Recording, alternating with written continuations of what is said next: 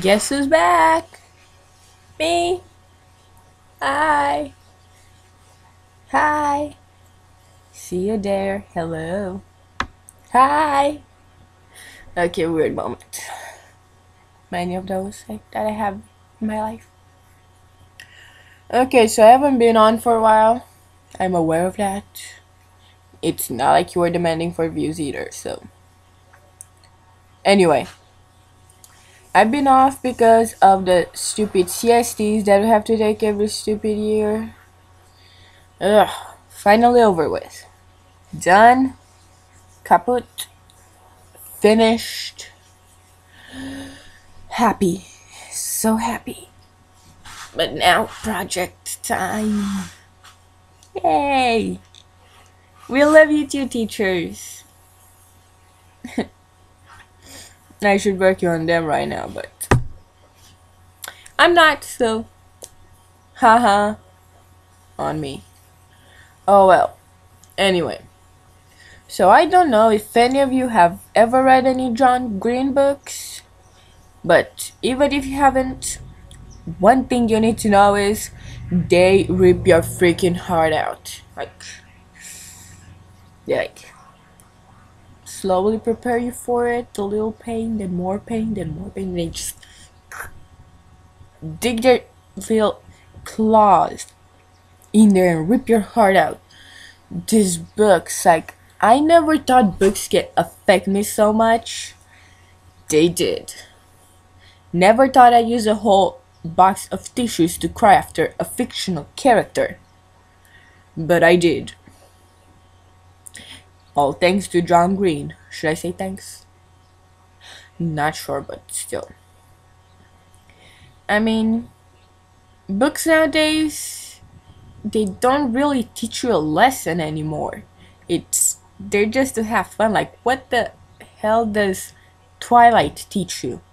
No offense to Twilight out there, but I'm not a fan.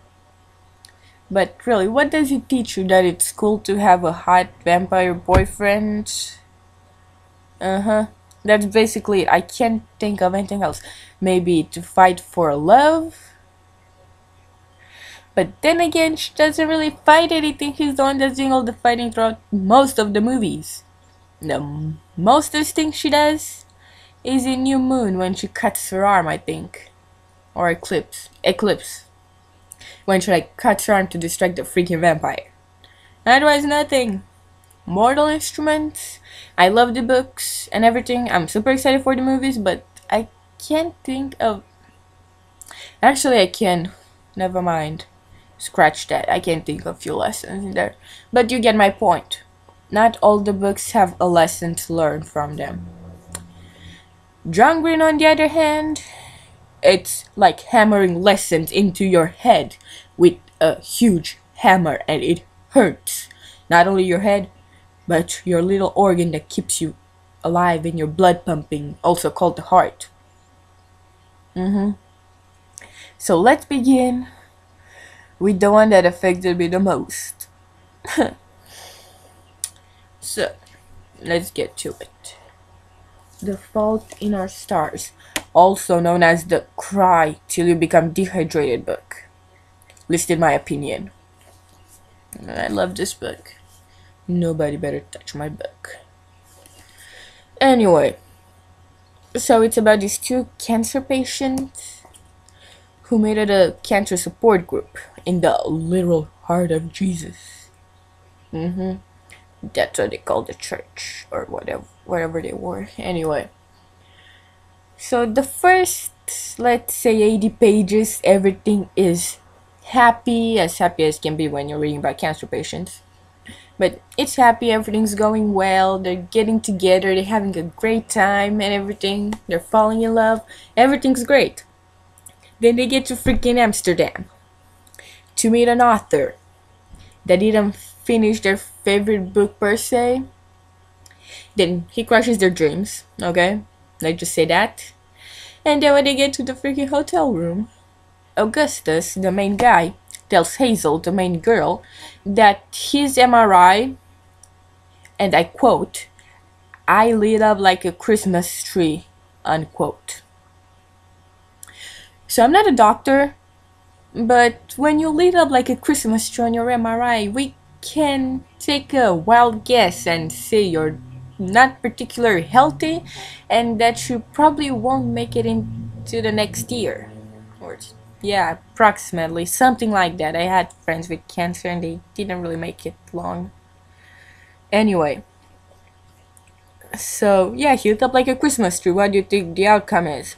Spoiler alert, you better get out. If you haven't read the book, you're planning to read it, and you don't want spoilers, you better get out. Scram. Skedaddle along. Bye. Come next time. Back to business. So what do you think happened? Just take a wild guess. If you guess he dies, you win nothing. But anyway. So after Amsterdam, he's in his treatments. They're together most of the time, like 90% of the time, whatever. Then there's this chapter that begins with the exact sentence. Augustus Waters died a week later.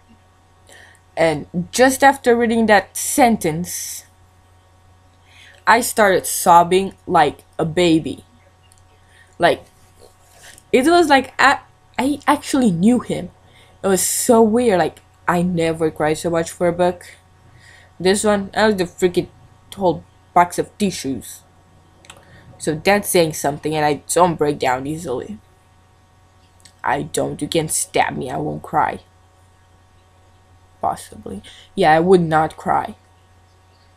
This book stabbed me in my, like, soul and spirit and heart, and I cried like a baby.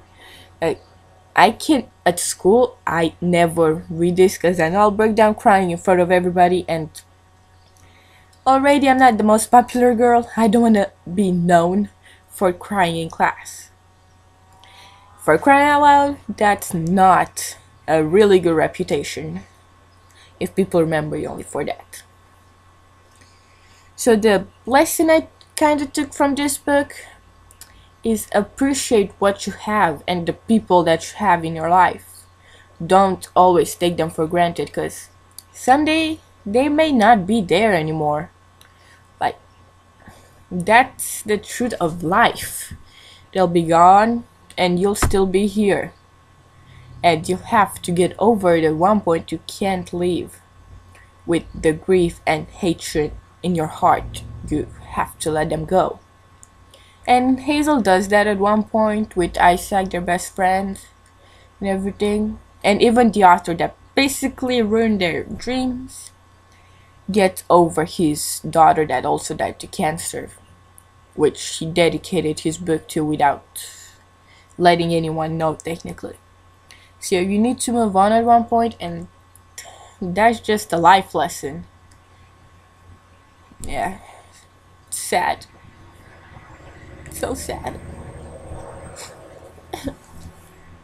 Next book, also by my favorite John Green,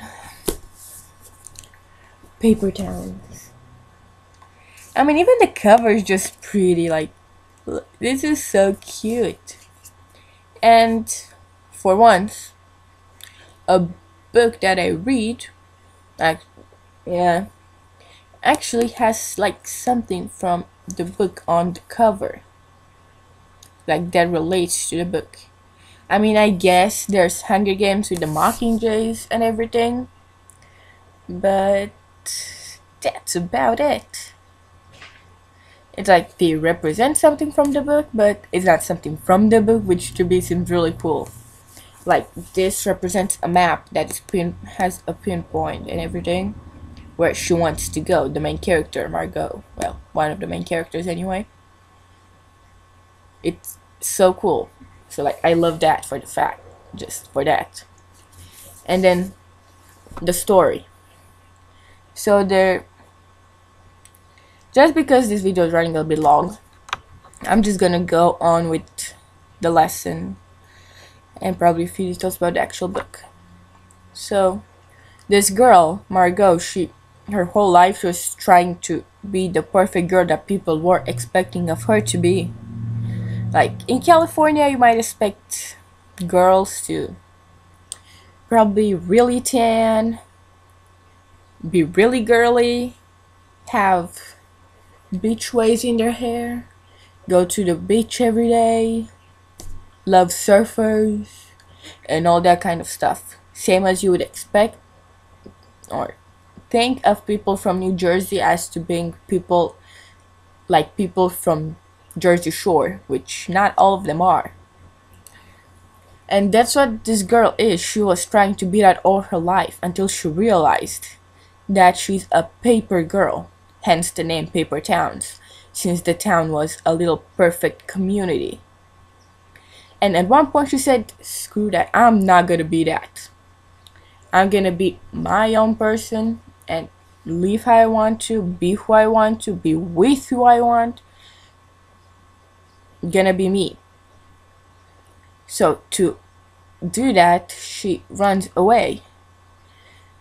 And without her knowing, she leaves a trail of clues behind. Not like scientific clues, like the police can figure it out. I mean, the police doesn't have a clue.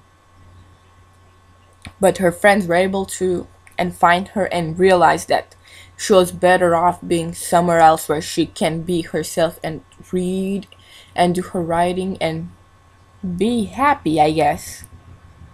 So for me, that's a really important lesson because a lot of people where I live, well, not where I live, we're really nice here and embrace our weirdness. Yeah, you should see me with my friends. In California, most people are superficial. Like, we have San Francisco and Los Angeles and everything. And that's where like the celebrities live and people always try to live up to their standards. So we're a bit superficial. No offense if you get easily offended, but that's the truth. But some people do try to be their own person, and I really respect that. I'm trying to find my own person right now. Not sure figuring it out yet. I think I am actually, but it's gonna take a while. So this lesson is like hitting really close to home, like for everybody. And I really recommend any John Green. Actually, this Friday I'm going straight to Barnes & Noble and getting another one. I have my plan of finishing all of his books by the end of the school year. So we have 3 more weeks. I think I can do it. Hopefully, because that's my goal for now. And also my other goal is to make more videos and post them more regularly. Because like I've been slacking off for a while. I admit that. Anyway, back to business. You know the little button under the videos? Do you know the one that reads like? I know you like to press that button, so like click on it. The little green one. Make it turn green. Also, you can comment any books that you want me to review or movies or basically anything. I'm bored a lot, so I have no life. So I can do it. Unless I'm lazy. Which most of the time I am. Anyway, so comment and subscribe and see you next time. Bye!